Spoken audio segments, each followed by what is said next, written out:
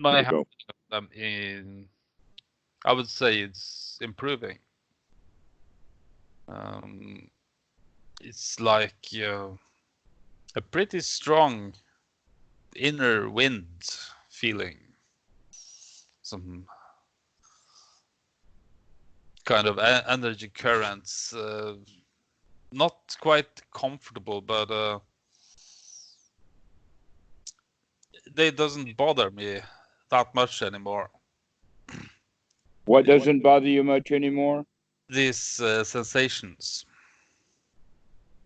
Okay, can you describe the sensations as sensations?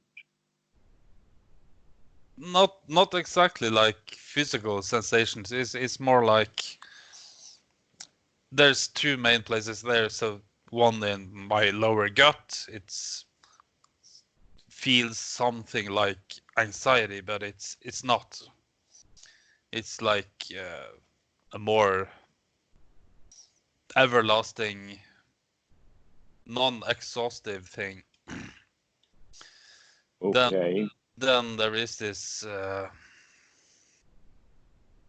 surging energy sensations in my head. A strong sense of pressure and like I'm not Are sure. are your shoulders tense? Are No, your shoulders relaxed? quite relaxed. Okay. Generally, let us say pressure or tension, even to the point of being a headache in the head, is often associated with tension in the neck. And because of that, it changes the blood pressure inside the head. It's not. No, it's not like that kind of pressure. It's more like an very strong inner wind. When I close my eye, there's some kind of invisible wind blowing. A wind, you call it. Yeah, it feels like standing in in a strong wind. Okay. Where where does the wind come from? The sensations are mostly located in my face, so it feels like there's in front of me. Well, in the regard of the concept, you're using the word wind. So I'm following the concept of wind rather than now the actual sensation that you have. Sorry about that. Yeah, So from whence cometh the wind? from Where does the wind come from? it's like it's coming from some place ahead of me, but it doesn't quite feel like a wind. It's Okay. um, Is it something new or is it something newly seen that's been there before? now I have experienced it a lot of times before, at least for a couple of years, but not in this same intensity. Okay. Ex this sensation is actually not very uncomfortable. Okay. So here's a new kind of question about it. Is it trainable?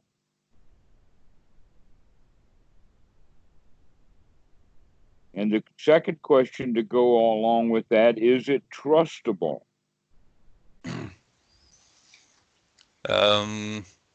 I don't know. I'm not really sure that I care. I just notice it's there, and I approach it in just the same way as Well, everything. perhaps then a more immediate question would be, what what influences does it have, or what are the immediate results that you experience associated with it? So that when that happens, that windy feeling in the head happens, what effect is there? Well, What's the outcome? I don't know that.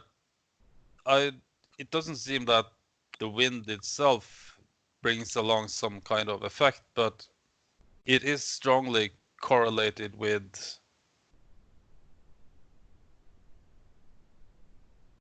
periods of good mindfulness.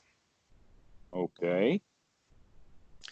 So in a kind of a way, then it's sort of the results of mindfulness. Or when we ask, from whence does the wind come, the answer is, with good mindfulness it can be seen. yeah, Okay. something like that. All right. So without mindfulness or before mindfulness, when it was there, do you think that it had any good benefits or bad benefits? Well, I wouldn't say that I have ever experienced it without mindfulness. I have had periods with good mindfulness before. Okay, that's a good answer. Otherwise, you'd have to make something up. Well, maybe this occurred because that occurred, and it's better that you don't do that because you're not sure. So now we can go back and look at it from the perspective of that since you have associated it with strong mindfulness, then we can put this as part of that, part of the investigation. That this is where it came from, was in fact you began to notice this when you were paying close attention to investigating all kinds of things. And so this came up. But so far, it does not seem to have any advantage or disadvantage. It's just something newly recognized. Yeah. Okay. So, in that regard, can we train it? Will be something that is not necessarily a question that you can answer now, but through deeper investigation. Now that you've gotten this new gift, what are you going to do with it? Do I have to do something about it?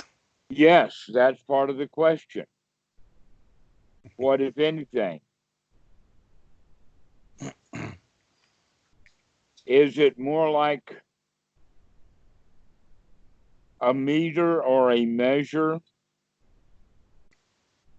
For example, just thermometer or a barometer. You know, a barometer, which records the atmospheric pressure.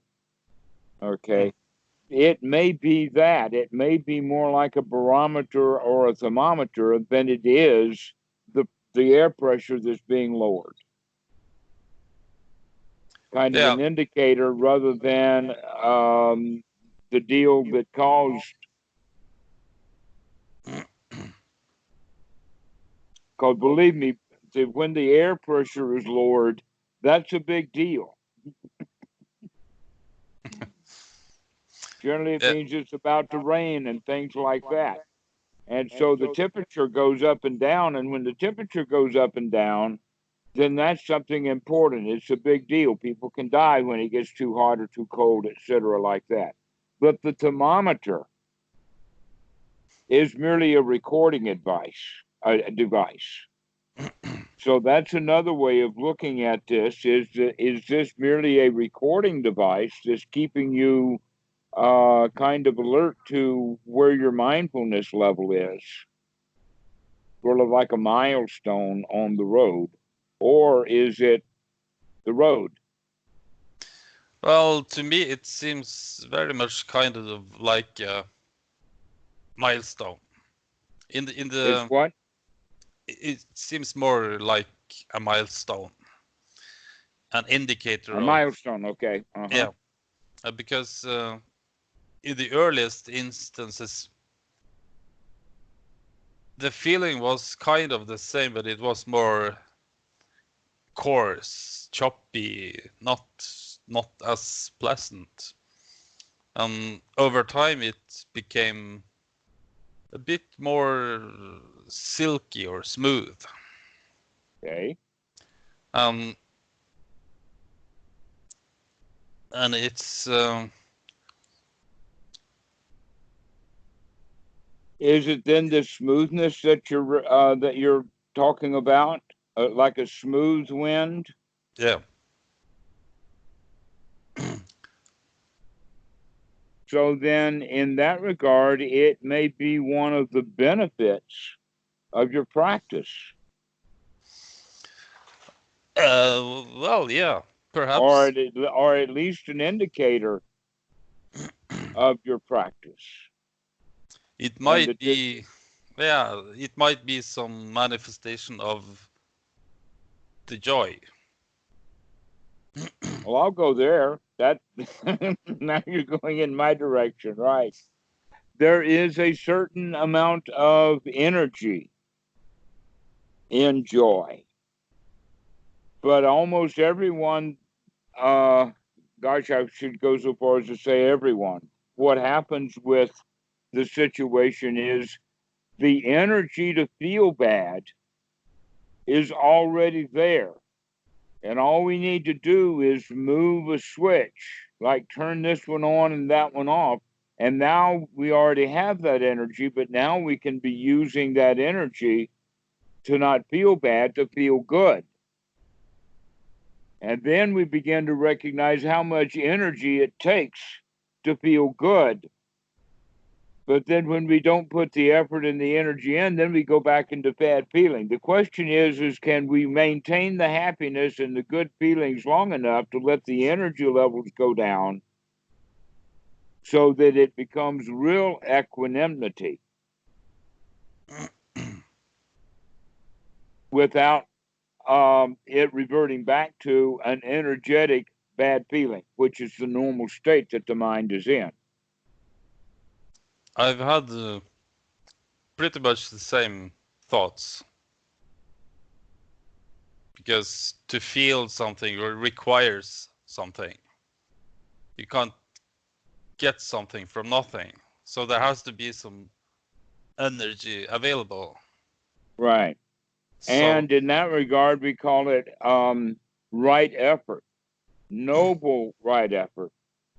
And that one of the important ways of looking at it is that people are already putting in a lot of effort. They put effort in wrong views. They put a lot of effort in wrong effort and right effort. There's ordinary right effort that gets them halfway out of trouble, but not completely out.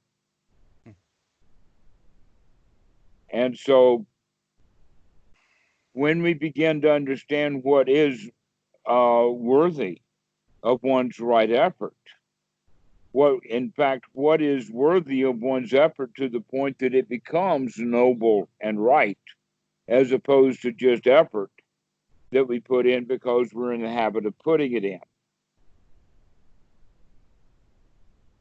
And in that regard, the amount of effort that we put into life now can be then moved over to putting that effort towards being in joy or being in the state of, let us, in that regard, having a breeze blowing, a nice gentle breeze. The wind is in the face, and that's a good feeling. yeah, true. Dogs love it to hang their head out of the car. Sailors enjoy standing in the wind on board ship. So it's got a kind of a useful quality. I wanted to examine that with you before I talked about it in this regard of allowing that to be now part of the benefit is that you've got a breeze blowing and that you can stand in that breeze and enjoy the breeze. That Yeah, is no longer. Go ahead. I have noticed that with the less mindfulness, there is this kind of pressure that I talked about in the beginning. It's not quite as comfortable, and the less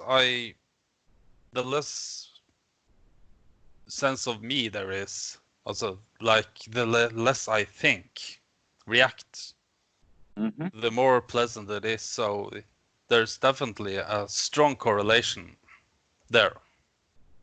Excellent. Excellent. So like yesterday when I used breath to breathe into these sensations in my gut, you talked last time about the duality. There is the sensation, there is the thought about it, and then there is the observer of it, like three kinds. And yesterday there came a point where the two of those melted away, so there was only the observed, the experienced. Very good. So the breath and the sensation became one. And then the breeze came, wow. It was like stroking my face with angel feathers or something like that. All right. This is the language that you're using that I caught on with is that not just that the others melted away, but then you were at one.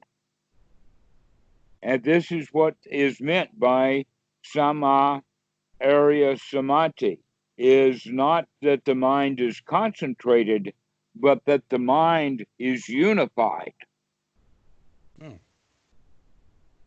And so that that unified feeling then is it's actually quite exalted.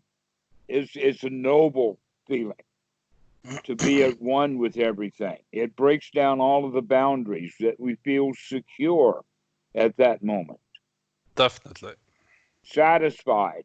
All of the factors have come together. And so that's quite a remarkable point. But don't cling to it, but rather investigate what the factors were associated with it and then recreate it that way. Because the wrong way to do it is to remember what it's like and then want that.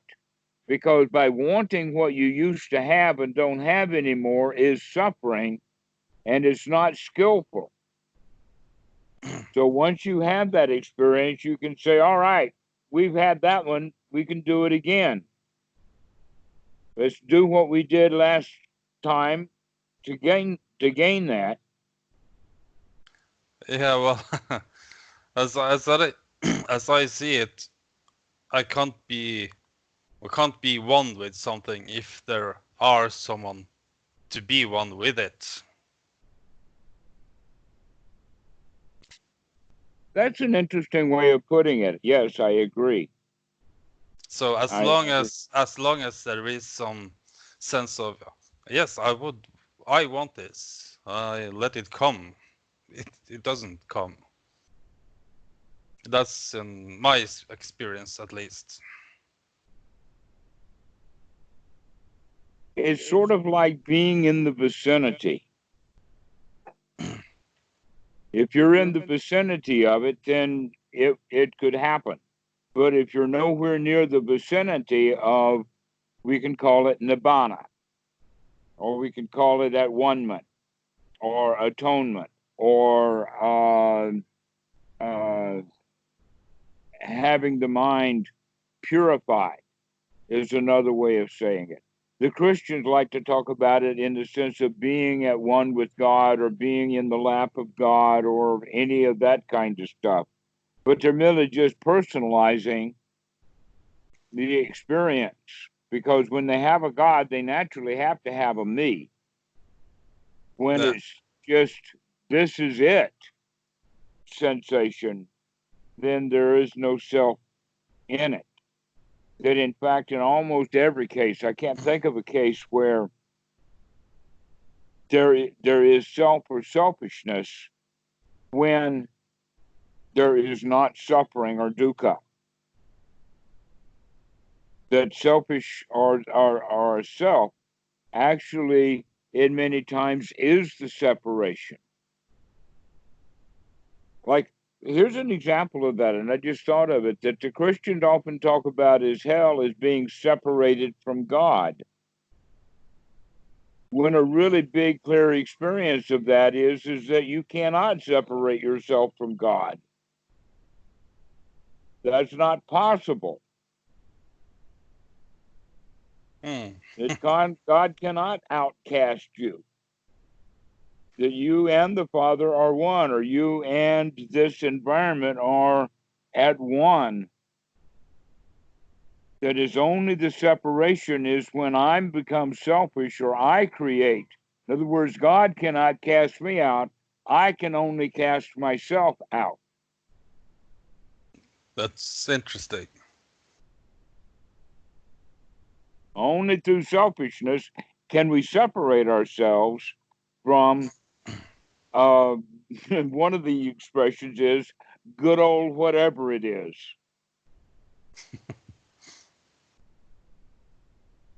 Some people call it the big it.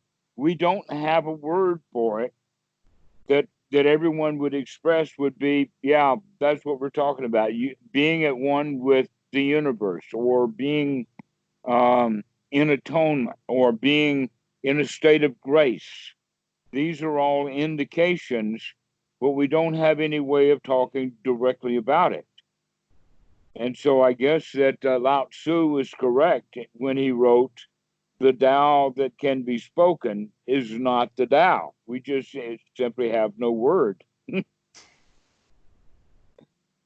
for this kind of feeling, this feeling of being at one or unified or in a state of wholeness. And so now that you've had that experience, it will happen again, and all you have to do is not want it.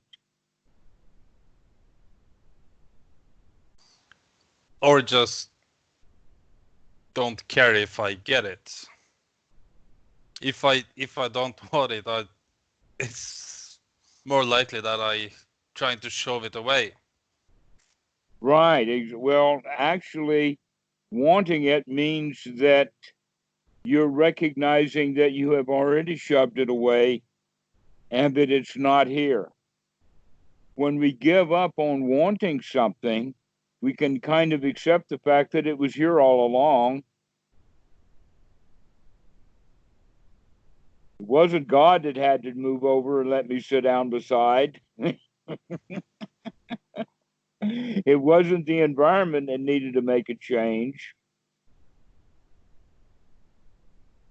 It wasn't the chair that had to adjust itself so that I'd fit in on it.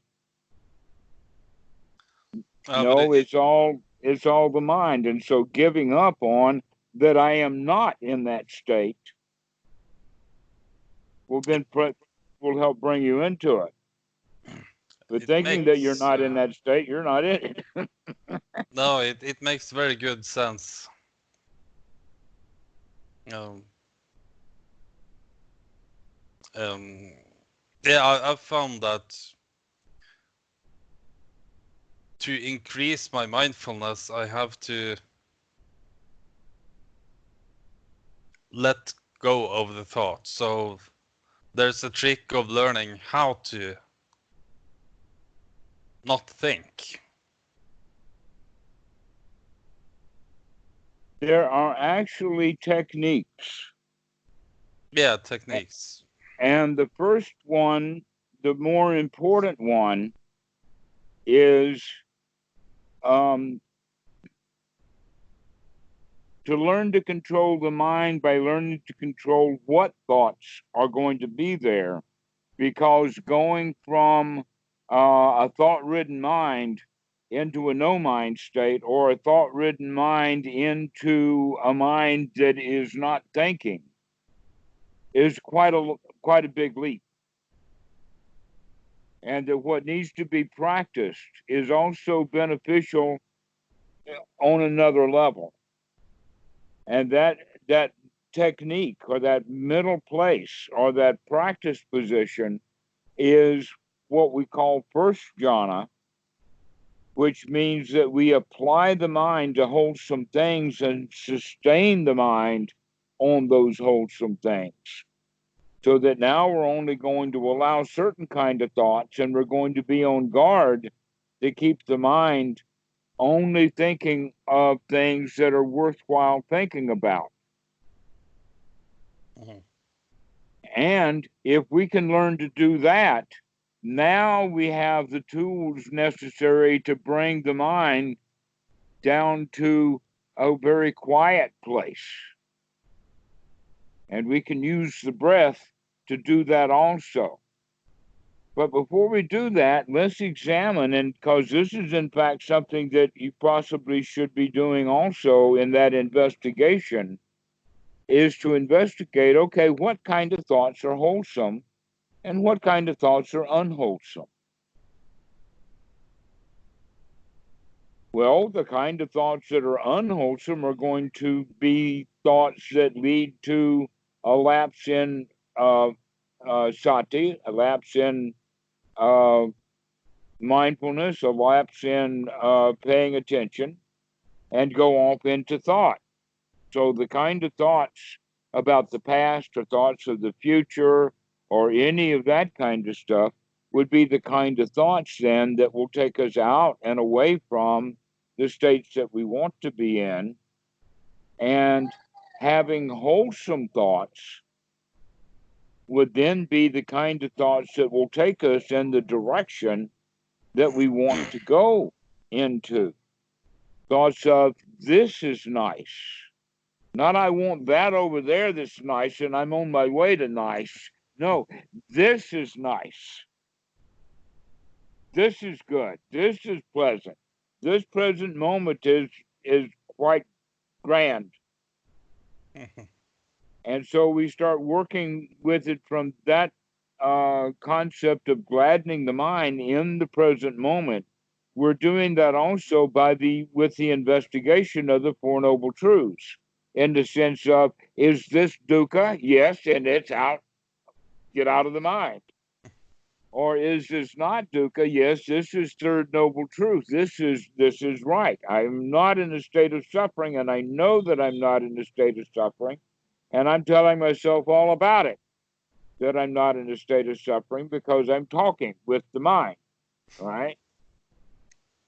And so that's the way to practice in the beginning, is let's figure out what is First Noble Truth, what is the Second Noble Truth, what is the Third Noble Truth in this moment. Second Noble Truth, right now, what is it that I'm doing to cause the suffering, if I've got any suffering? And then what is the method to get out of it? All right, we've got that right. We have right view and right sati and right effort and right attitude all balled into one, and we're going to do it. So we've got how to get out of it. And so we've got the Four Noble Truths right there. Actually, every time we remember to watch the breath, we are actually practicing the Four Noble Truths. So starting to pay attention then more and more to the Four Noble Truths in this present moment, that's right thought. And not only that, but it's kind of a tight little circuit. It's instead of a symphony, it's more like a song, but really more when you get it going, it's more like a jingle. Jingle. A jingle, short and sweet. Okay, like hi ho, it's off to work we go. Okay, so that's just the jingle part of it. You can make it into a whole song. So bringing the entire symphony down to just a song and then down to just the jingle is the Four Noble Truths is kind of a shorthand version of it, so that we have fewer and fewer words to use and fewer words to describe and more the actual experience of it. So that now we're beginning to really limit the words that we're using to just what's happening in this present moment. And so by limiting the vocabulary in that way, now we can begin to focus on the breath really closely with the in-breath and the out-breath. Just a question. What do you mean by vocabulary? The vocabulary means what set of words are you going to use? That's your vocabulary, not the, like for instance, one kind of vocabulary is the entire English language. But then there's a vocabulary of the kind of people who go to this particular school, and there's a vocabulary that is used on Wall Street. Doctors have their own vocabulary, their own language.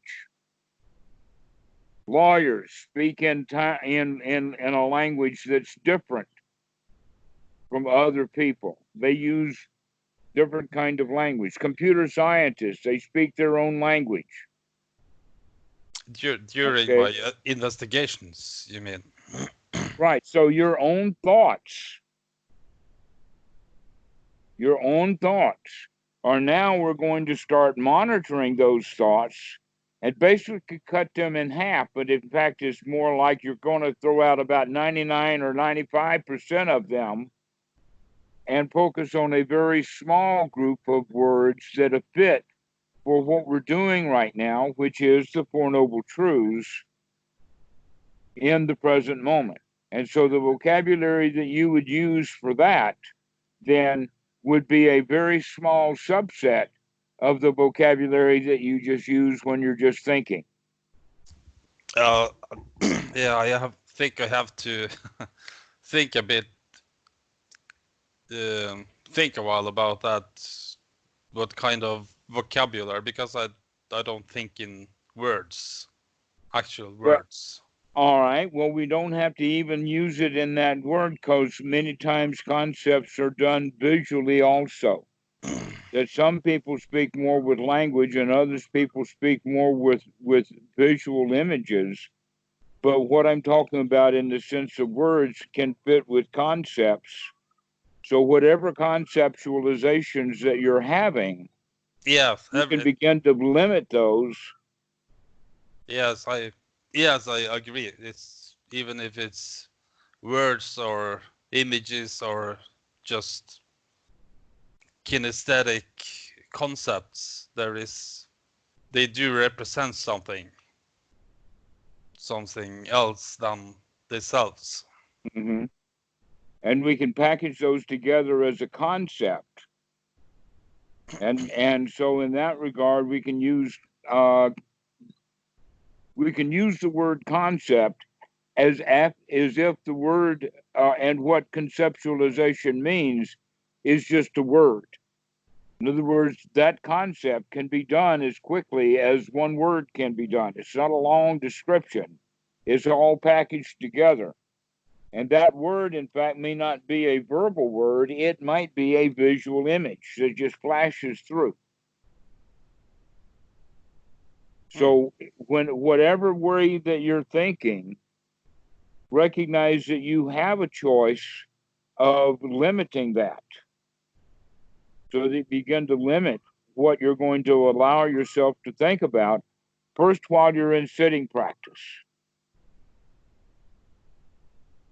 That if we think, in fact, the best thing to think about while we're in sitting practice is the sitting practice. Thinking about Anapanasati, thinking about the Four Noble Truths, all right? That's actually how we kind of get ourselves into this state of first jhana, where we have the ability to apply and sustain the thought. So that now we're going to intentionally keep our minds sustained on not allowing unwholesome thoughts. And so we begin to, let us say, within this circle is where we start. Anything that's outside this circle, no, is not allowed. Only things within this circle, and we'll define that as the Four Noble Truths and the Eightfold Noble Path in its association with Anapanasati, basically in the here now. But then what happens is that we begin to shrink the size of the circle so that now we're not talking using these images, language, or whatever. We're going to narrow it down to more wholesome thoughts that are more clearly defined. And so one way to do that is kind of boiling them down to catchphrases, so that one of the catchphrases can be, aha, I caught you. Because that catchphrase has a whole quality built into it, in the sense of, you're out of here, and I'm going to do something better. I'm going to, in fact, I have already cheered up, because, aha, I caught you.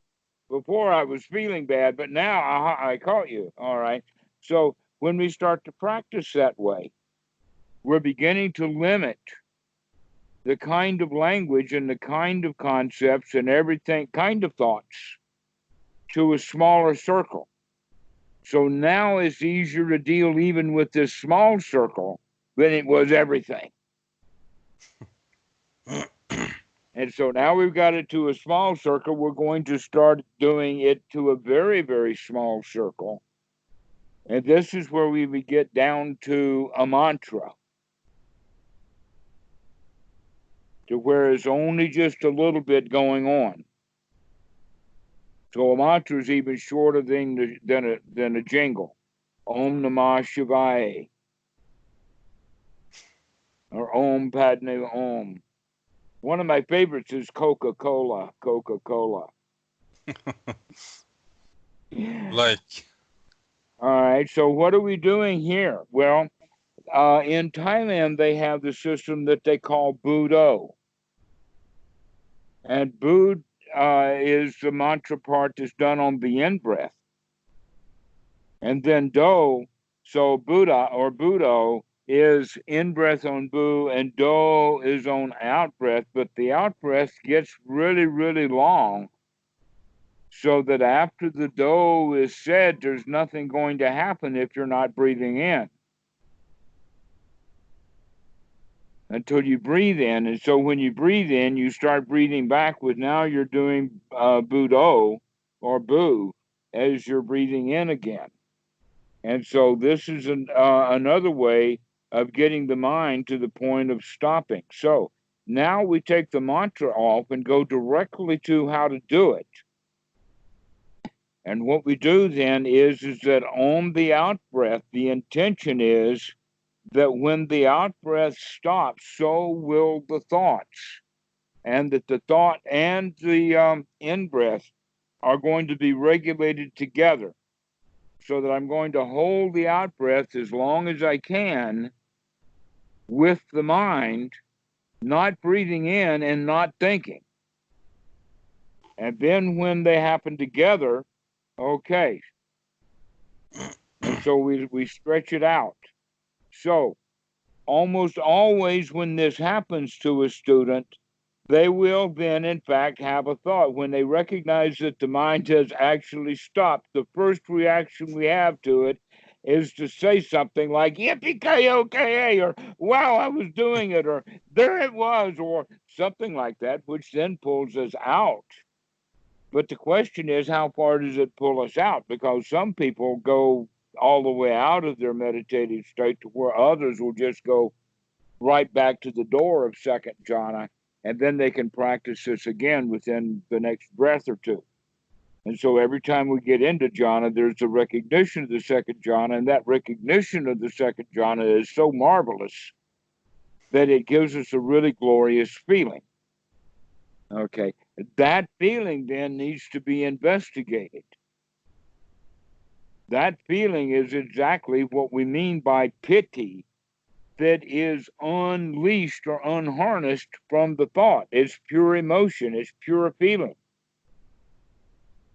But normally when that feeling happens, it comes with a thought of wow, or yippee-ki-yo-ki-yay, or something like that. And so we have to still those thoughts so that when we get into second jhana, we're actually experiencing raw emotion, unfettered by and unclouded by thought. That And is so very relatable.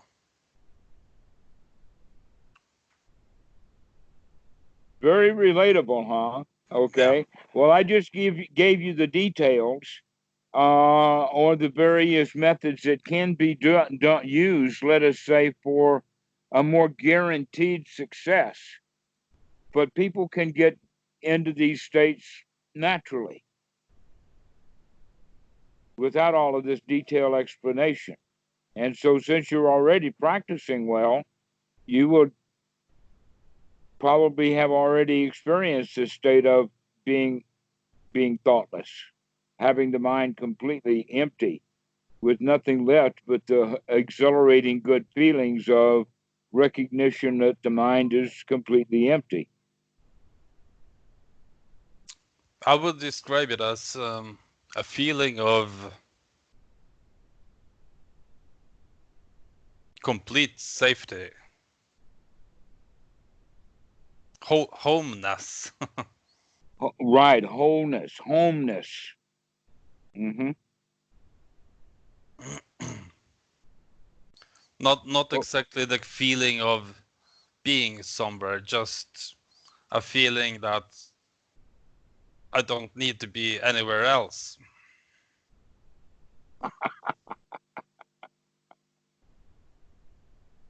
Or something. no, what you're saying is absolutely correct because almost everybody has a feeling that they need to be someplace else,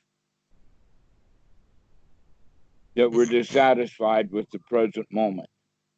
That's in fact what the Buddha calls restlessness, or what many people talk about as boredom.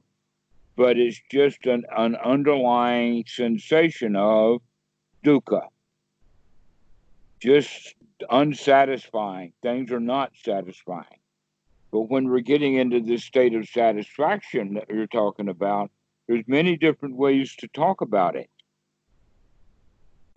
But everything gets really quiet because all the noisy part was trying to chase out the suffering, and now there's no suffering. Oh, that's that's a good way to see it. Yes, you can think of even the Dhamma and everything about the Dhamma, including Anapanasati and the Four Noble Truths and everything, is like medication or a salve or a pill to take. Because we have a spiritual disease, and that spiritual disease is called being dissatisfied with things. So we take a pill for it, and then we become satisfied with everything. Then we don't need another pill.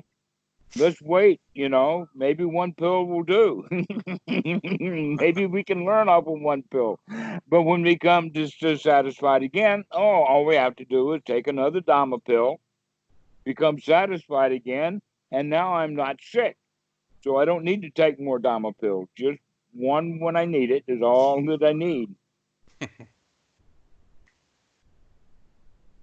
And so when we can get like that, but in the beginning, it's hard to get into that state, and so many students will work too hard, try to take too many pills, wanting things that they don't have, recognizing that their practice of meditation is making them suffer more than if they weren't practicing meditation at all.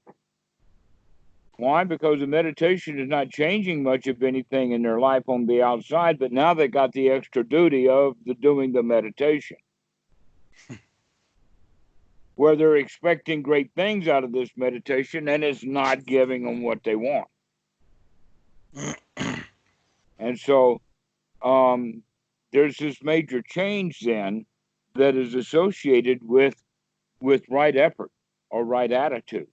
So when we can begin to change the attitude that I can do this, No matter how obstructed the mind gets, I can clean it out and come back to this state of deep observation that leads to a very deep, quiet, peaceful, happy, restful state. And so now that you're working on that, you kind of got it. You know what to do. Getting there. It was a lot of work, okay, but you you would have put at least as much work in and not done the practice. But here you are getting good benefits out of it. And I'm really glad to hear that. I really like it when I hear students saying that they're getting benefit. Yeah, well, the day-to-day benefits are, well, it's still kind of difficult sometimes because these energies are there all the time, so they do tend to exhaust me.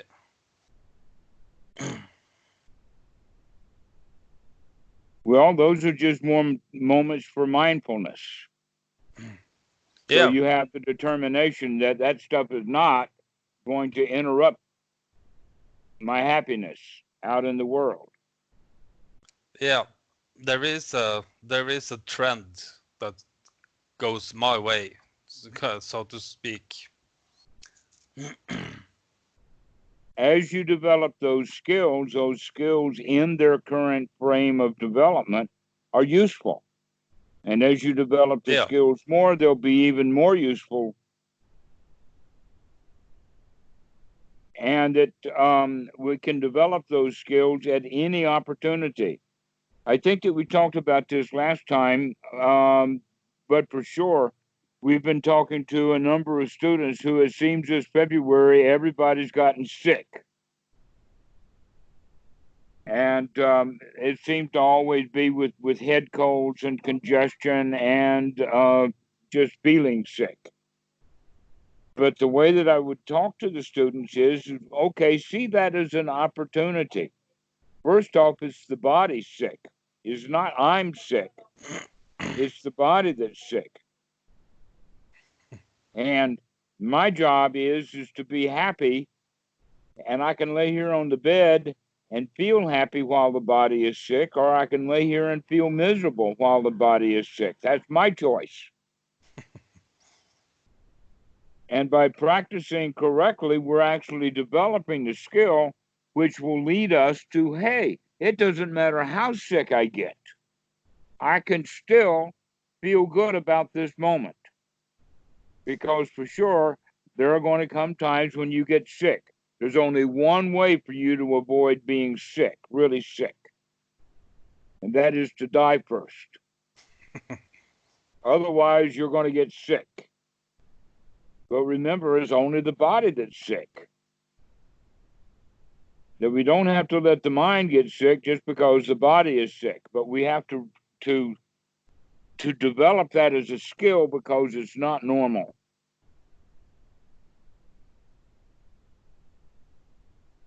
And so we have to then do it in association of when these really good states come. It's not me. It's just the mind's in a really pleasant state. Or when the body's sick, it's not me that's sick. It's just the body is in a woeful state. That the mind doesn't have to go into a woeful state because the body is in a woeful state. So when we look at it like that, then we actually understand what the Buddha meant when he said, no matter how obstructed the mind gets, we can still throw that stuff out and come back to the present moment and see how things are now, to see the truth of the situation. This is basically the really the single most important step onto the path of the Buddha, because it requires confidence, strong confidence, which means we have to practice through thick and thin if we're going to have the confidence that I can deal with thick and I can deal with thin. Means that I've had to have both thick and thin along the way to practice with. And so whatever life brings you, that's an opportunity then to practice. It's just a matter of remembering. Exactly. Back to sati again. All we have to Yes, do is to keep remembering to practice. that's exactly what you have tried to teach me for almost last year. Well, I'm really happy that you've gotten some good practice in, that you've got sati building up. It's strong, useful. Starting to see it. So, have you been doing any of those exercises that we had talked about, I think, one time about whenever you sit down, that you go into deep relaxation now? And whenever you stand up, you ask your question, why am I doing this? What's my intention? What do I want? Why am I getting out of the chair? If you practice now at the level and bring that practice back to play, I think it'll be greatly beneficial for you now. I have been doing it, not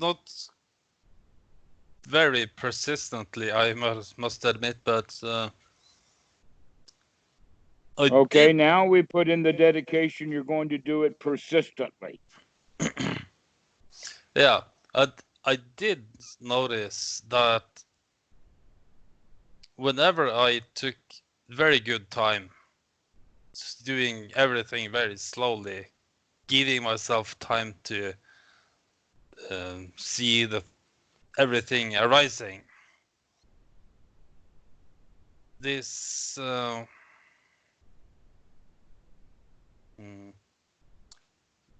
these energy sensations increased very much. And that's the more I became aware of stuff arising, thinking and just being aware.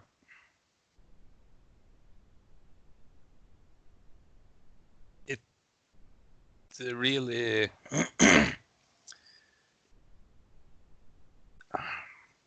it really increased that feeling. Right.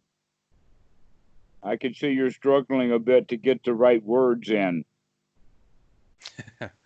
Yeah, you could hear English is not my first language. Well, I do appreciate that you're gaining benefit, and I want to congratulate you for that. That's excellent. And so Thank you. continue on. That's my intention. Excellent. Do you have any actual last questions about what we talked about today or anything?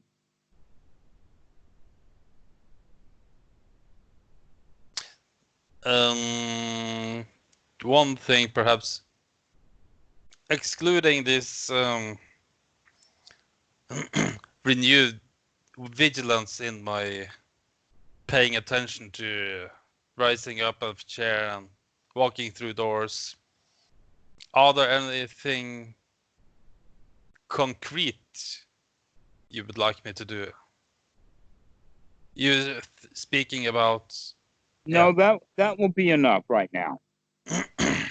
Because Right. what that will do is that will help you to start remembering even more frequently that the whole intention is to build up sati, is doing things over and over again throughout the day to bring you right into the here now. That's the intention, is to practice to be here now, over and over and over again, hundreds of times a day. All right. See you next time. See you.